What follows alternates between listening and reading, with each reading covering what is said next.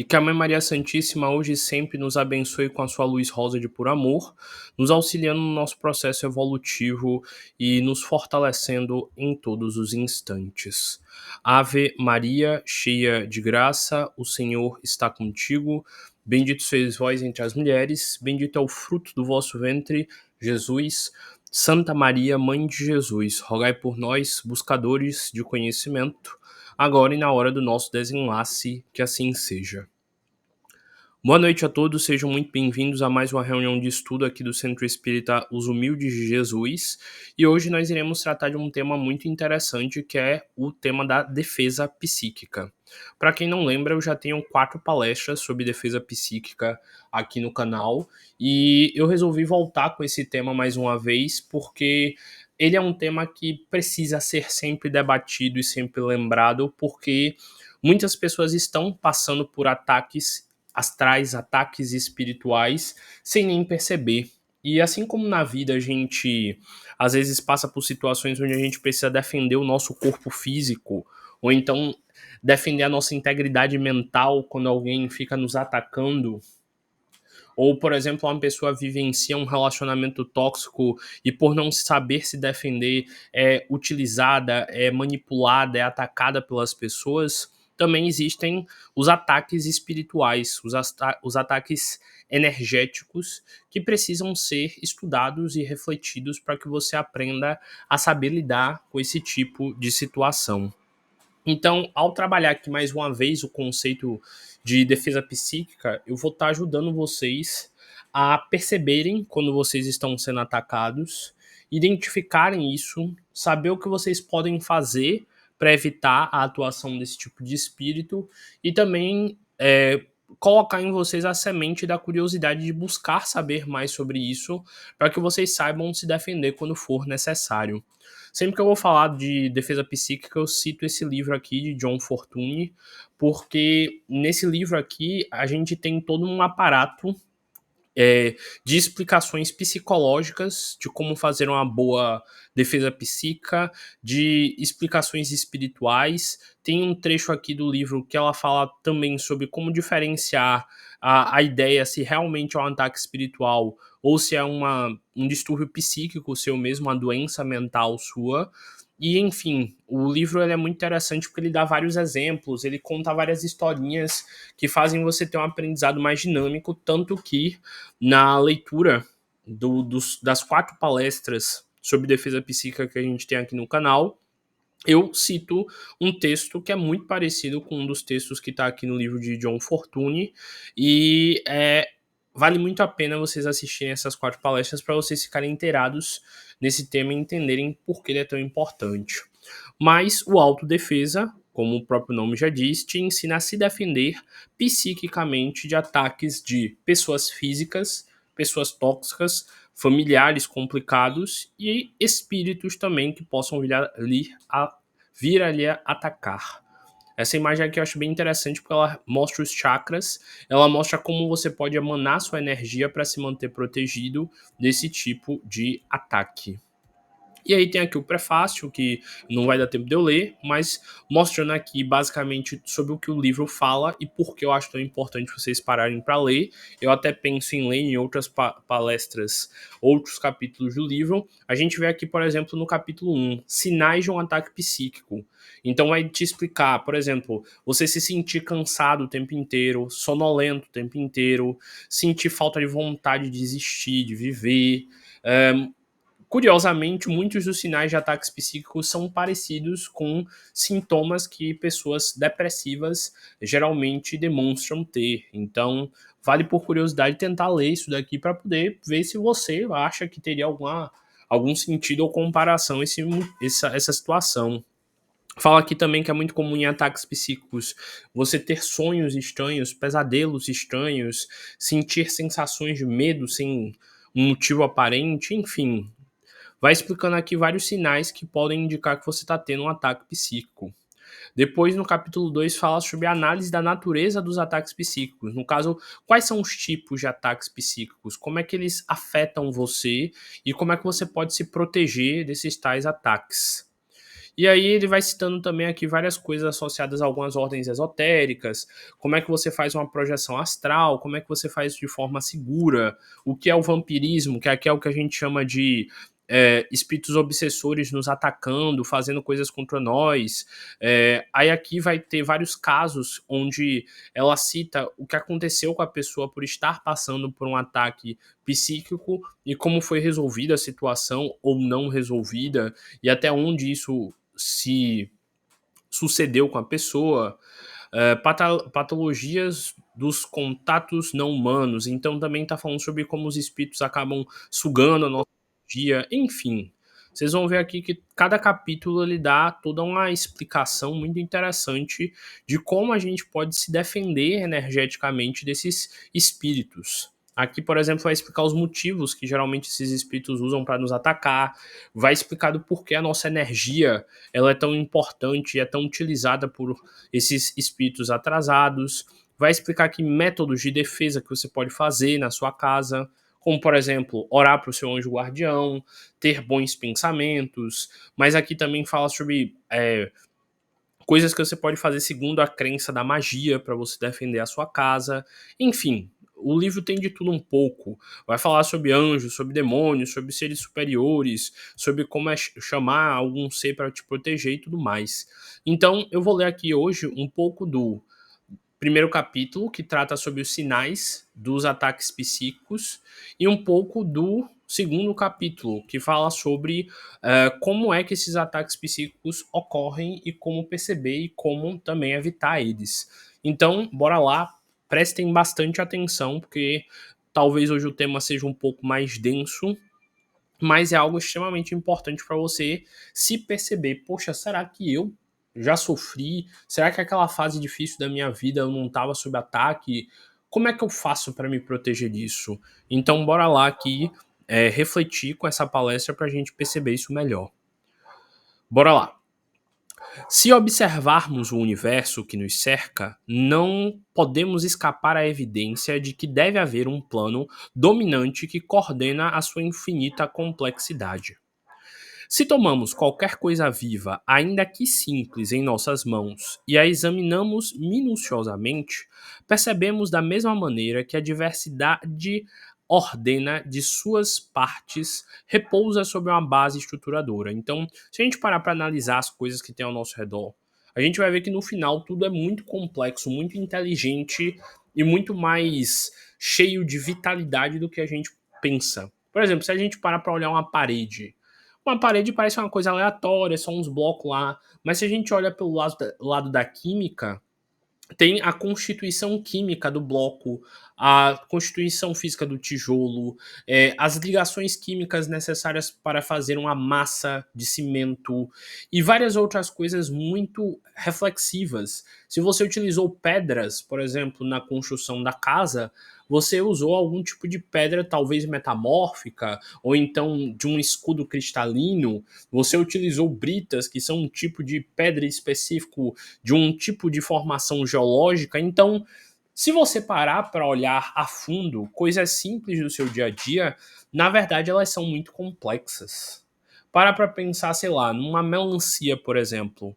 Imagine toda a parte filosófica e grandiosa que é fazer uma melancia. Poxa, é uma planta que ela suga da terra vários sais minerais, vários açúcares, ela sintetiza de uma forma que consegue mudar a coloração da melancia para ela ser avermelhada, enquanto tem outras frutas que têm outras cores. Ela consegue ficar doce, ela consegue produzir sementes, ela consegue ter uma coloração específica, um tamanho. Então, se a gente parar para analisar tudo ao nosso redor, é muito mais complexo do que a gente imagina, só que a gente normalizou essas coisas por serem cotidianas. Então o texto ele começa embasando que se a gente parar para analisar tudo ao nosso redor, a gente vai ver que é muito mais complexo e que provavelmente existe alguma coisa que criou essa realidade ao nosso redor. E aí o texto ele vai continuar explicando sobre como normalmente as coisas que acontecem ao nosso redor não são ao acaso, que tudo tem uma causa e tudo tem um efeito, que tudo que acontece foi motivado por alguma coisa que iniciou aquilo e que foi desenvolvendo. E aí o texto ele vai começar a se aprofundar no fato de que existe essa ideia de que existe algo invisível a nós, que está além de nós. E como a gente geralmente não acredita e não percebe nesse lado invisível, a gente simplesmente ignora que aquilo está ali. Simplesmente pelo fato da gente não poder ver, sentir, tocar, da mesma forma que a gente vê e sente e toca as coisas desse campo da matéria, a gente tem uma tendência a nos iludir que simplesmente não existe o lado espiritual e por isso a gente acaba caindo em várias armadilhas. Olha o que o texto vai falar aqui, ó.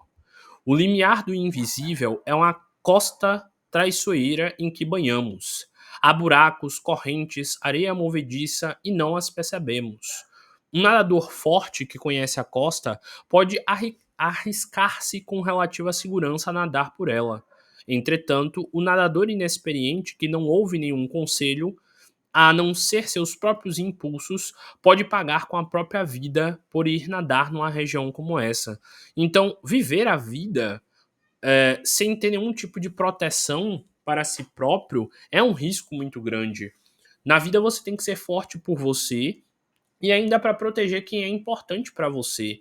Então, simplesmente estar no mundo sem querer saber e ter nem um pouco de noção sobre essa parte, para você não ser utilizado e manipulado por essas forças, é arriscado.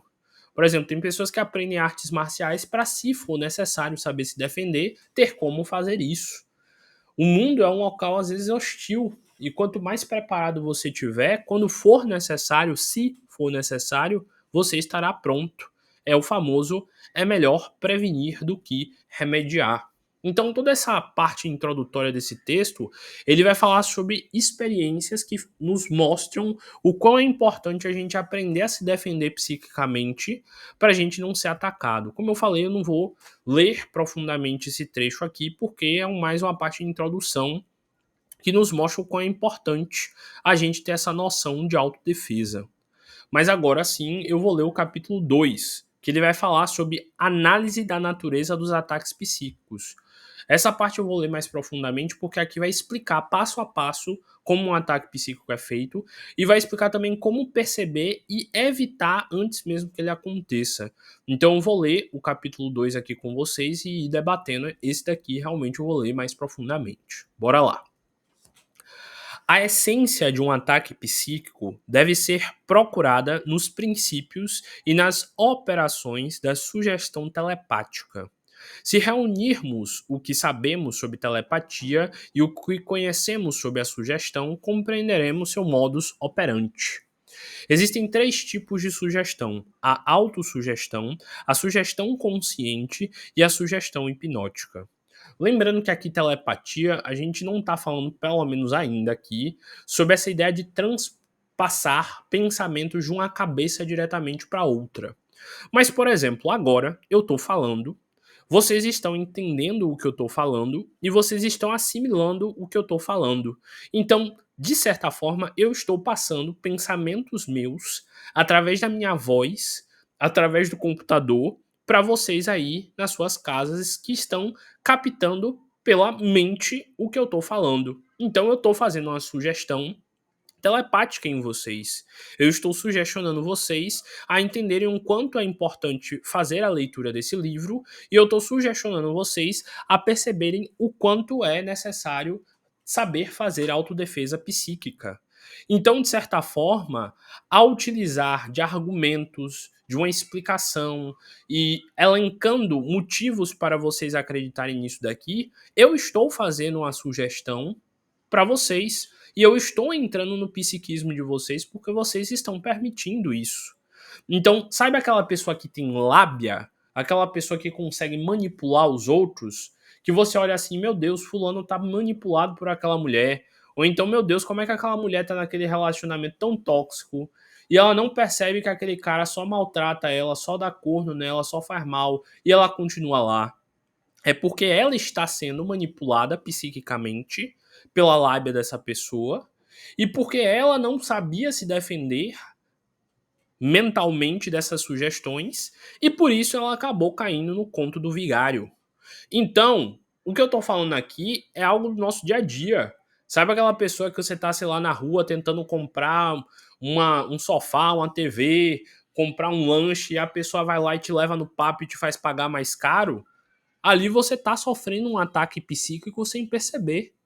E esse livro ele vai ensinar como você pode fazer sua defesa psíquica para você não ser enganado. Como diz aquele ditado, todo dia sai de casa um esperto e um otário. Se você não for esperto, você vai ser o otário bonito e com gosto.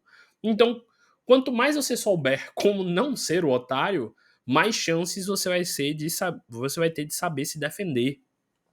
Tem uma frase que eu gosto muito de uma animação chamada Hunter vs Hunter que diz assim: o mundo é feito de caça e caçadores. Se você não é um caçador, automaticamente você é uma caça. E se você não é o melhor caçador, automaticamente você se torna a caça de um caçador melhor do que você. Então, vamos dizer que você é uma pessoa que se considera malandra, esperta, que ninguém engana, desconfiado, que presta muita atenção nas coisas. Tecnicamente você é um caçador, porque você não vai ser deixado ser feito de caça de forma fácil. Mas mesmo assim, no mundo, pode ter alguém mais esperto que você que possa fazer toda uma manipulação que acabe te fazendo ser feito de otário. Então, por isso que o livro está dizendo aqui: quanto mais você estudar, quanto mais você aprender, menos chances você tem de cair numa sugestão dessa. E é isso que eu estou tentando mostrar aqui a vocês. Existem 3 tipos de sugestão. A autossugestão, que é quando você mesmo se convence de algo, seja positivo ou negativo. A sugestão consciente, que provavelmente é quando eu falo para você, faça tal coisa, sei lá, pega um copo de água para mim. Eu estou sugestionando você a fazer algo para mim, pegar um copo d'água. E você conscientemente ouviu essa sugestão e pensou: ah, não tem nada demais eu pegar um copo de água para ele, eu vou lá pegar. Mas também existe a sugestão hipnótica, que é quando eu falo: pegue lá um copo de água para mim. E eu dou uma ordem para você, e você se sente coagido a pegar o copo d'água, mesmo talvez não querendo, exatamente pelo tom de ordem que eu coloquei sobre você. Então, de novo, na vida, você pode ser sugestionado com uma ordem sem nem perceber que você está sendo ordenado. Às vezes a pessoa não precisa gritar alto com você, dar um comando de voz intenso em você, mas você pode acabar fazendo aquilo que a pessoa quer, sem que você nem perceba, pela capacidade hipnótica dela, pela capacidade dela de fazer você não enxergar que você está sendo enganado. Então, bora lá para o livro nos ensinar como se defender dessas situações.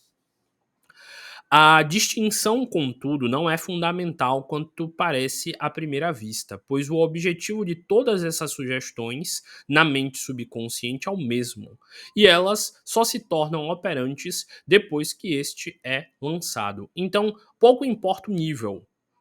Tudo bem que a sugestão hipnótica geralmente é a mais poderosa, mas todas elas são perigosas se você não estiver atento. E aí continua. A sugestão distingue-se das ameaças e dos apelos, a razão pelo fato de que estes últimos visam deixar uma marca na mente consciente. Então, os dois últimos, a sugestão consciente e a sugestão hipnótica, ela meio que força a pessoa. Enquanto a autossugestão é mais ela contra ela mesma, apesar de que às vezes muitas das suas autossugestões foram sugestões conscientes que alguém colocou em você primeiro. Por exemplo, vamos dizer que você é um aluno no colégio e você está com dificuldade de fazer uma tarefa. E alguém diz para você: olha, você é burro, você não sabe fazer isso. Então alguém sugestionou conscientemente você a pensar: você é burro. E você pode ter, a partir dessa sugestão consciente, ter começado a se autossugestionar: poxa, realmente, eu não consegui fazer a tarefa, então eu sou burro mesmo. Então você fez uma autossugestão confirmando uma sugestão externa que alguém colocou em você. E esse é um grande perigo. Porque muitas das vezes a gente passa a nossa vida inteira sendo escravo de uma ideia que alguém colocou em você. Vamos dizer que alguém colocou em você a ideia de que você é arrogante. Você é muito arrogante. E você começou a achar que você realmente é arrogante. E de tanto você disse eu sou arrogante mesmo, você começou a ter um traço na sua personalidade que talvez não era seu de verdade. Com esse exemplo que eu dei aqui, talvez não tenha parecido tão bruto assim, mas com o passar do tempo, você pode se tornar uma pessoa totalmente transformada sem nem perceber. Como é, por exemplo, comum em pessoas se dizerem depois de passarem por um relacionamento tóxico. Fulano dizia tanta coisa pra mim que eu comecei a pensar que eu era errado mesmo, que eu era realmente uma pessoa ruim. Porque toda vez que eu dizia não pra ele, ele me convencia de que eu era uma pessoa péssima. Então, às vezes, o campo mental de uma pessoa pode sair destroçado de uma relação, de um relacionamento. Porque enquanto na boca de todo mundo você é alguém legal, se fulano te convencer que você é uma pessoa péssima, você pode acabar começando a acreditar e se autossugestionar o tempo inteiro de que você é uma pessoa horrível. E muitos dos ciclos, como os depressivos, são ciclos de autossugestão. Eu não sirvo para nada, eu não sou bom, eu não consigo, eu não sou atraente, eu não sou inteligente. Você começa a se sugestionar e se afirmar isso a ponto que seu cérebro ele começa a acreditar. Porque o nosso cérebro ele tem uma coisa chamada neuroplasticidade, e quanto mais você afirma algo para o seu cérebro e você convence o seu cérebro, mais ele passa a acreditar que aquilo é verdade. Então a autossugestão, ela é perigosa e se alguém faz uma sugestão consciente em você, pode se tornar ainda mais perigoso, porque as pessoas geralmente vão sugestionar você a sentir culpa, a sentir medo. Por exemplo, vamos dizer que você estava lá na infância, você estava comendo um pacote de bolacha e seu irmão pidão veio pedir para você e você disse que não. E aí sua mãe foi lá e te autossugestionou. Você é egoísta. Você não quer dar uma bolacha pro seu irmão. Possa ser que você e seu irmão ganharam cada um pacote de bolacha, ele comeu o pacote de bolacha dele todo e ainda queria comer o seu. Ele poderia estar todo errado na situação, mas alguém que veio de fora e não viu falou para você: você é egoísta. E você começou a acreditar que você era egoísta mesmo e que você era um malvado da situação mesmo, sem ser. Então, observem como sugestões externas podem ser perigosas na nossa mente caso não saibamos nos proteger delas. Porque uma criança mais esperta ela pode dizer: não, eu não sou egoísta, não. Ele fez, mereceu dizer não porque ele fez isso, isso e isso. Mas uma criança mais passiva, mais medrosa, ela pode ficar: meu Deus, eu fui egoísta mesmo, era pra eu ter dado a bolacha para meu irmão. E aí tudo que essa pessoa começa a conquistar na vida, qualquer dinheirinho, qualquer coisinha que ela conquista, ela quer sair dividindo com todo mundo, pra ela não ser egoísta como disseram pra ela um dia que ela era. E aí é que tá o problema. É de uma coisinha pequena dessa que quando vai crescendo na vida você se torna alguém escravo desse pensamento e dessa ideia, exatamente pelo temor de não ser alguém malvado, de não ser alguém errado. A professora Lúcia Helena Galvão define numa historinha a seguinte conversa. Ela fala sobre o ovo de cuco. Eu sempre gosto de citar essa história porque ela ajuda muito a gente a perceber isso. É dito que o cuco é um passarinho que ele não faz ninho próprio. Ele invade o ninho de outro passarinho, bota os ovos lá e mete o pé. E aí o outro passarinho, por não perceber, acaba chocando, cuidando e protegendo os ovos do cuco sem que o cuco tenha de fazer nada para isso. E aí, na hora lá que os passarinhos desabrocham e começam a ficar grandinhos, a fêmea mãe percebe: opa, isso daqui não é um filho meu, isso aqui é um cuco. E aí é expulsa do ninho já quando esse passarinho já tá fortinho. E enquanto isso, ela ficou lá se acabando, alimentando, protegendo e tudo mais. Mas por que essa história do ovo de cuco? Porque muitas das vezes alguém coloca um ovo de cuco na sua cabeça e você, por não saber quem você é, você fica chocando essa ideia. É muito comum em situações tóxicas alguém falar pra você: você é muito perverso, você não se importa comigo, você não gosta de mim. Ou então induzir ovos de cuco desse na sua cabeça, de que você é uma pessoa má, de que você é egoísta, de que você é maldoso, ou algo do tipo que essa pessoa quer colocar na sua cabeça e te convencer para você sentir culpa e assim você modificar o seu comportamento para agradecer a ela. Então, para agraciar ela com o comportamento que ela espera de você. Então é muito comum pessoas colocarem ovos de cuco na nossa cabeça. E se a gente não souber limpar o nosso ninho, que é a nossa cabeça, a gente pode viver escravo de uma ideia de que alguém colocou na nossa cabeça. Então, por isso que está dizendo aqui que a autossugestão pode ser tão perigosa quanto a sugestão hipnótica. Porque você pode passar o resto da sua vida dizendo para você mesmo coisas horríveis, porque alguém antes te sugestionou de que você era alguém horrível. Então, por isso que é tão importante o conhece-te a ti mesmo. Porque quando alguém disser para você que você é X, se você se conhece bem, você vai dizer: não, eu não sou X, não, eu sou Y. Por isso que é muito importante se conhecer e saber quem você é, porque quando isso acontecer, você vai saber se defender. Vamos dizer que você é alguém humilde, alguém que gosta, sei lá, de ajudar os outros, alguém bondoso, alguém paciente. E alguém, num dia que você estava irritado, olha pra você e diz: ah, você é muito estressadinho.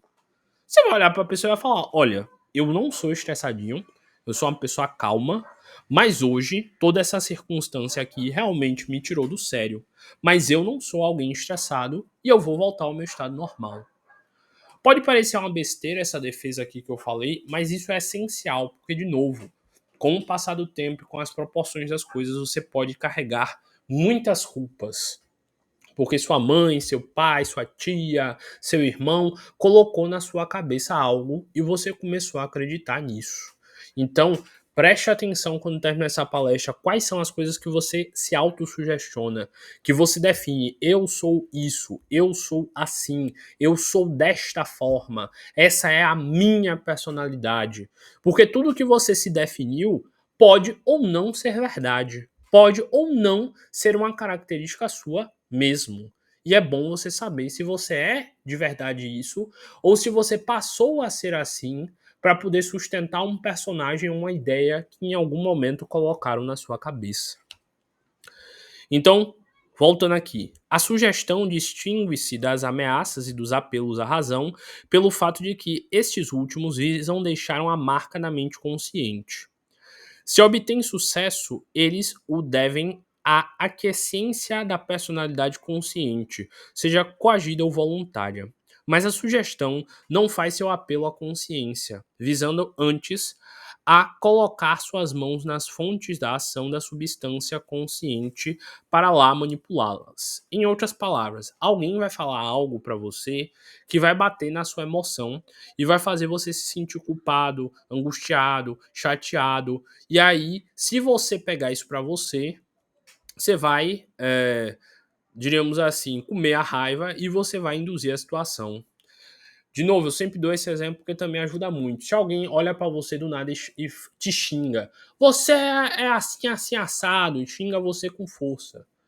Você pode aceitar essa ofensa da pessoa e se irritar, ficar com raiva, com ódio e querer ir pra cima da pessoa pra bater nela.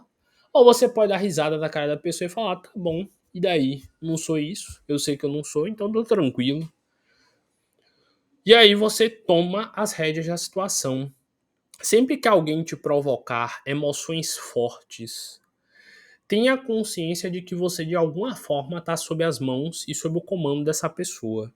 E tome cuidado, porque essa pessoa ela pode te fazer ir aos céus ou ir ao inferno. Sempre que alguém te provoca emoção forte, fique atento, porque essa pessoa pode usar isso para te manipular de forma horrível. Então tenha consciência. Quantos apaixonados já não fizeram loucuras, entre aspas, de amor? Que eram nitidamente loucuras, mas como eram pelo sentimento nobre do amor, tudo certo. E quantas pessoas não fizeram loucuras de raiva, de ódio, mas como estavam embebidas do sentimento nefasto do ódio, eram completamente atacados, presos e, enfim, destruídos por um momento de raiva. Voltando ao texto. Poderíamos comparar esses dois processos com a operação de um puxão, com a operação de puxar o botão da campainha na porta de entrada ou arrancar uma tábua do assoalho e tocar os próprios fios da campainha. O resultado será o mesmo. Em ambos os casos, a campainha tocará. As ameaças e os argumentos puxarão o botão da campainha com graus diversos de ênfase, do tinido persistente da persuasão moral ou do repique ressonante do chantagista. A sugestão puxa os fios em vários pontos de seu trajeto. Bora lá. Pode ser uma influência dolorida e agressiva, como um gritar em você, ou pode ser uma influência doce e gentil, como ir levando você no banho-maria até que você aceita a sugestão. Mas de ambos os jeitos, tocando diretamente no fio e tomando um choque, ou apertando no botão da campainha, essa pessoa vai conseguir o que ela quer de você. Então, é bom também você conhecer o seu tipo de perfil psicológico e perceber onde você seria manipulado. Se você é uma pessoa esquentada, que explode fácil, qualquer pessoa pode te manipular tocando exatamente onde você vai explodir. Se você é uma pessoa apática, calma, tranquila, a pessoa também pode montar em você fazer o que ela quiser por ela querer te usar de boazinha. Então tome cuidado e observe o que geralmente faz você fazer coisas que te deixam desconfortável, mas que você faz mesmo assim para agradar alguém. É aí onde você tá com a sua falha de proteção psíquica. E aí continua. A autossugestão provém da própria mente consciente e dirige-se à mente subconsciente. Então, quando você fica repetindo para você, eu sou assim, eu tenho essa personalidade, você está colocando no seu inconsciente que essa é a sua vida e que você é assim mesmo. E aí continua. Ora, poderão perguntar por que não posso dar ordens à minha mente subconsciente diretamente sem ter que recorrer à parafernália da sugestão, correto? A resposta a essa questão é muito simples. A mente subconsciente pertence a uma fase de evolução muito mais antiga do que a mente consciente. Pertence, de fato, à fase anterior ao desenvolvimento da fala. Dirige-se a ela por palavras, dirigir-se por ela com palavras, por conseguinte, é como falar a um homem sem saber o idioma a qual ele pertence. Bora lá transformar isso em algo mais simples de se entender. Por exemplo, pessoas fazem sugestões para sua mente, correto? E às vezes você pega essas sugestões e você transforma ela em questões negativas para você, correto? Se pessoas podem me manipular de forma negativa, por que eu não consigo me manipular de forma positiva? Que a gente pode se manipular positivamente, a gente até pode, mas existe toda uma questão que é o fato de que às vezes a gente não se leva a sério. Por exemplo, vou dar um exemplo comum para pessoas que têm, por exemplo, baixa autoestima. Você pode passar o dia inteiro se olhando no espelho e falando: eu sou lindo, eu sou bonito, eu sou maravilhoso, sou gostoso. Oh, meu Deus, que pessoa maravilhosa. E talvez você não acredite tanto no que você está falando para você. Mas se você sai de casa, tá andando normalmente e alguém genuinamente do nada fala para você: nossa, você tá bonito hoje, viu? Você recebe aquela fala de um jeito muito diferente do que você recebeu todas as suas autoafirmações durante seu dia. Porque alguém te deu uma validação externa que te confirmou algo que você estava supondo. Então, geralmente, quando alguém de fora fala algo pra gente, a gente leva muito mais em conta e muito mais a sério do que quando a gente tá falando pra gente mesmo. Porque a emoção que essa pessoa te causou a falar, nossa, você tá linda hoje, viu? Te gerou uma emoção de, sei lá, uma timidez, uma risadinha, uma alegria. E essa emoção de timidez, de alegria, dessa risadinha, essa emoção, ela consegue entrar no seu subconsciente. Enquanto palavras normais do tipo eu tô lindo, eu tô bonito, tô gostoso, não adentram seu subconsciente. Porque, segundo a teoria da autora Dion Fortune neste livro, o nosso subconsciente não é acessado por palavras. Ele é acessado por sentimentos e energias. Enquanto o nosso consciente, sim, é dominado por palavras, frases e significados. Acho que agora ficou claro de entender, não é? Francisco, por que o subconsciente não fala com palavras e o consciente sim? Porque o consciente passou por um processo de associação cognitiva. Eu pego uma bola, eu dou para uma criança e falo: bola, bola, repete com o papai: bola, bola. E ele associou cognitivamente que uma esfera redonda cheia de ar que é para chutar é uma bola. Mas o inconsciente dessa criança não foi ensinado a associar palavras a objetos ou situações. O inconsciente dessa pessoa, por ser ancestral e por ser mais primitivo, é da época que só se pensava com emoções e reações, assim como, por exemplo, se aparece um leão na sua frente, você sai correndo. Naquela época, os hominídeos eles não iam falar, olha meu Deus, um leão, ou então gritar socorro e sair correndo, porque eles não tinham palavras para associar, eles tinham sentimentos. Então, quando você quiser mudar o seu inconsciente, quando você quiser mudar uma crença interna sua, você tem que mudar ela com emoções fortes, que façam você realmente acreditar que você é bonito ou bonita. Porque só se falar na frente do espelho talvez não funcione. Só que é que tá, funciona também. Só que funciona de uma forma mais lenta e mais demorada. Porque vamos dizer que você passou a vida inteira com alguém no pé do teu ouvido dizendo você é feia, você é esquisita, você é estranha. Não é de uma hora para outra você se repetindo, não, eu sou normal, eu sou bonito, eu sou interessante, que você vai mudar a sua cabeça. Você vai ter que reprogramar toda a sua cabeça a se convencer de uma nova história, sendo que toda a tua vida te botaram uma história diferente na sua mente. Por isso que reprogramação mental é uma área complicada. E que se você não entender direitinho um macete, você se perde. Porque você precisa de uma emoção nova, convincente e forte para assumir o local daquela antiga emoção frágil, medrosa e inconsciente. Então, relendo aqui. A autossugestão provém da memória da mente consciente e dirige-se à mente inconsciente. Então, quando você está repetindo algo para você, isso aí tudo que eu acabei de explicar. Ora, poderão perguntar por que não posso dar ordens à minha mente subconsciente diretamente sem ter que recorrer à parafernália da sugestão.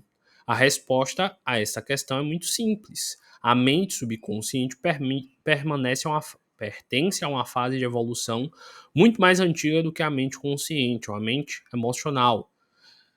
Pertence de fato à fase anterior ao desenvolvimento da fala, então não se é acessado por palavras, mas sim sentimentos. O sentimento de você se sentir bonita porque alguém te falou acessa seu subconsciente. E o sentimento de se sentir feia porque alguém te rejeitou acessa o seu inconsciente. Então você tem que trabalhar no seu inconsciente o que você quer resolver no consciente. Dirige-se a ela por palavras, é por conseguinte falar como um homem num idioma que não a ele pertence. Então é a mesma coisa de dizer, você tentar falar para um gringo em português e esperar que ele vai entender o que você está falando. E aí continua. Para contar com ele, devemos recorrer à linguagem dos sinais. Ocorre o mesmo com a mente subconsciente. É inútil falar-lhe faça isso ou não faça aquilo. Devemos fazer uma imagem mental da coisa que desejamos fazer e conservá-la na consciência até que ela comece a cair na subconsciência. A mente subconsciente compreenderá essa imagem e agirá de acordo com ela. Para quem entende de magia do caos, é nisso daqui que se baseia a ideia de sigilo mágico, de fazer um sigilo. O sigilo é um símbolo que você cria para o seu subconsciente entender o que você quer conscientemente. Então, toda vez que você coloca um símbolo na tua mente, você está dizendo lá pro teu subconsciente o que tu quer. E é nessa hora que você conversa com ele. E aí continua. O ator que deseja curar-se do medo do palco falhará em sua tentativa se disser à sua mente subconsciente: não tenho medo. Pois um sinal de cabeça é tão bom quanto uma piscadela quando queremos nos comunicar com um cavalo cego. Da mesma maneira, se o ator faz uma imagem mental do medo do palco e diz ao seu eu subliminar, agora não faça isso, o resultado será desastroso, pois o eu subliminar verá a imagem mentalmente e omitirá a negativa, porque a palavra não nada significa para ele. Para manipular efetivamente a mente subconsciente, devemos produzir uma imagem mental da qual que desejamos fazer e conservá-la na mente por aplicações repetidas, até que o subconsciente comece a ser influenciado e desempenhe a tarefa por sua vontade própria. Em outras palavras, você vai ter que se mentalizar na frente do palco, dentro do palco, andando por ele, falando por ele e se sentindo muito feliz com aquilo, se sentindo muito alegre, se sentindo muito bem, sendo ovacionado, sentindo todo o prazer que estar na frente do palco pode lhe dar. Porque aí você vai dizer pro seu subconsciente: olha, é arriscado, podem me vaiar, eu posso gaguejar, eu posso ficar com medo, mas vai ser tão bom, mas tão bom ir lá, fazer bem e todo mundo me aplaudir que eu quero pagar o risco de falhar para sentir essa sensação boa. Então, se você tem medo de qualquer coisa, se você tem dificuldade com qualquer coisa, faça mentalizações simbólicas, sem palavras, de você conseguindo aquela tal coisa. Por exemplo, vamos dizer que você quer ganhar numa corrida, ganhar numa prova.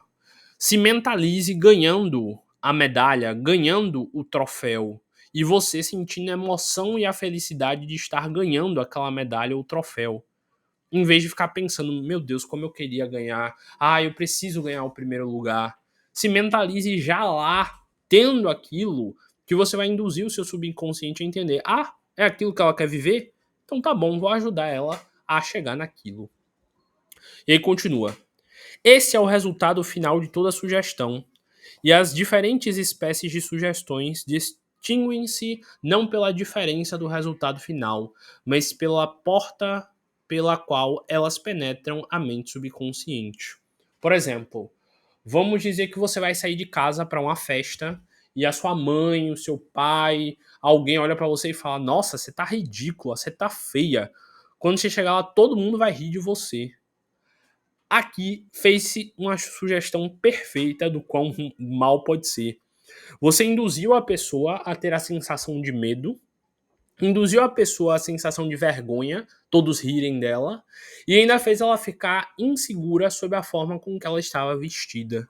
Então aqui você fez uma sugestão negativa.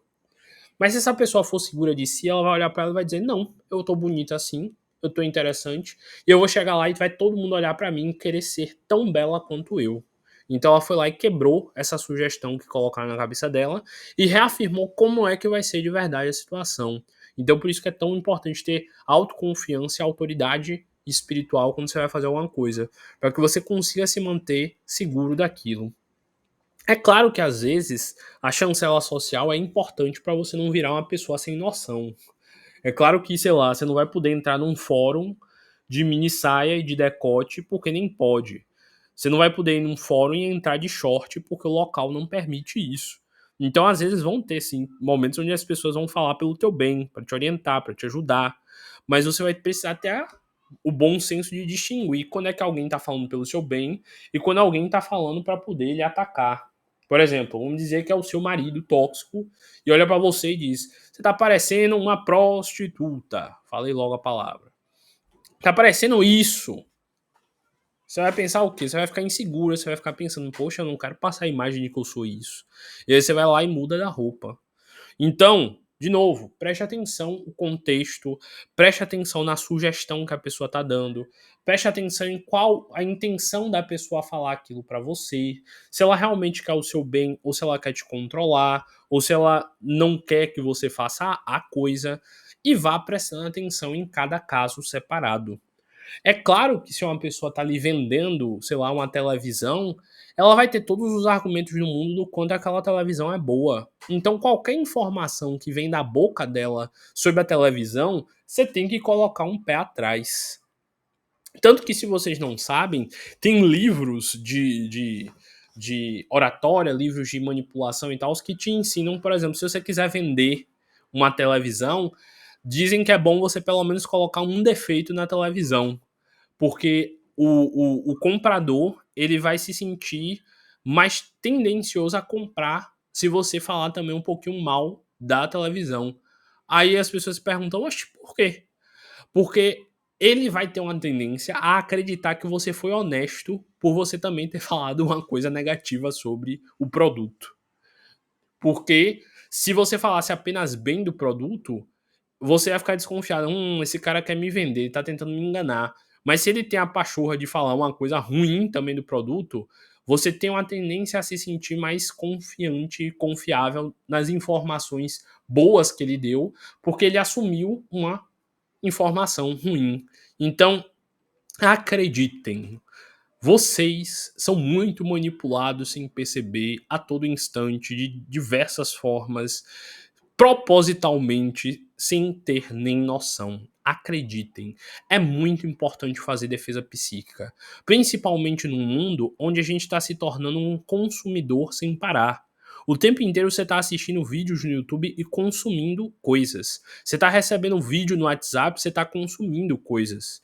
Você está recebendo um vídeo de política onde todas as falas foram milimetricamente ditas para te convencer a defender aquele lado. Por isso que todo mundo tá tão polarizado hoje em dia. Porque eles comeram tanta propaganda ideológica que eles não percebem que eles são apenas máquinas de repetir argumentos dos outros. Por isso que é tão importante você aprender a pensar sozinho e a saber defender as suas ideias. Senão, você vira caça de alguém em vez de ser o caçador. Senão, você vira o zumbi de alguém em vez de ter a sua própria forma de pensar. É muito importante você analisar o discurso, analisar as falas das pessoas e perceber qual a intenção da pessoa ao te ensinar e te falar aquilo. É essencial tentar enxergar qual o verdadeiro motivo e a verdadeira intenção de uma pessoa em fazer algo. Se protejam. E lembrando, aqui é um centro espírita, então tudo isso daqui que eu falei pode se aplicar ao caso de um obsessor. É muito comum obsessores fazerem sugestões hipnóticas com os médiums. Você é fraco, você não vai conseguir, tenha medo de mim, eu tenho medo de ficar sozinha, eu tenho medo de ir na rua, eu tenho medo de assalto, eu tenho medo de, sei lá, eu tenho medo de ir no centro espírita, eu tenho medo de incorporar. Tudo isso daí é autossugestão. A pessoa vai lá e faz, poxa, nem foi tão ruim assim, nem foi tão assustador. E às vezes você nem percebe por que você tá se deixando de fazer algo, sendo que tá ali ao teu alcance. Ah, mas e se... Vá lá e faça, tente. É melhor você aproveitar a situação e saber no que poderia ter dado do que não. Então vá lá e se jogue. Senão, às vezes, você vai ficar na sua autossugestão, no seu próprio medo. E aí continua. Onde é que eu tava mesmo? Nem lembro. Ah... Aqui. Esse é o resultado final de toda a sugestão. E as diferentes espécies de sugestão distinguem-se não pela diferença do resultado final, mas pela porta pela qual elas penetram no seu subconsciente. Então, pouco importa qual seja a forma com que a sugestão veio. O importante é ver se essa sugestão teve ou não impacto sobre a sua mente. E continua. A autossugestão origina-se em nossa própria consciência. A sugestão consciente origina-se na mente de outra pessoa e é transportada para nossa mente pelos canais comuns da palavra falada ou escrita. E a sugestão hipnótica penetra a mente subconsciente diretamente sem invadir de maneira alguma a consciência. Então, as três formas são extremamente perigosas, as três formas podem destruir a sua mente e fazer você ficar em frangalhos, e as três formas podem também te ensinar a como se defender quando for necessário para você não cair nisso. E lembrando, as 4 palestras que eu fiz antes dessa, eu explico detalhe por detalhe, passo a passo, como é um ataque hipnótico, como é o processo de defesa e como fortalecer sua mente contra isso. Então, eu espero que vocês vão lá, revejam essas palestras, peguem um caderninho, façam anotações, lembrem de situações onde vocês estavam sofrendo ataques mentais hipnóticos sem perceber, e percebam como vocês precisam sim aprender sobre isso daqui. Eu vou ver se nas próximas semanas eu vou continuar tratando desse livro, que eu acho que vale a pena a gente pegar outros textos aqui para ensinar. Hoje em dia as pessoas estão sendo muito assoladas por ataques psíquicos sem perceber, por manipulação de mídia, por manipulação política, por relacionamentos, chantagens emocionais e tudo mais. E esse é um tema que muitas pessoas que estão aqui nessas palestras sempre questionam comigo, que estão sofrendo disso. Então eu acho que vale a pena eu fazer essa doação de reflexões para que todo mundo possa saber se defender na hora certa. Então é isso. Leiam esse livro, busquem aprender mais sobre ele e eu tenho certeza que vocês vão ter o sucesso como a única possibilidade.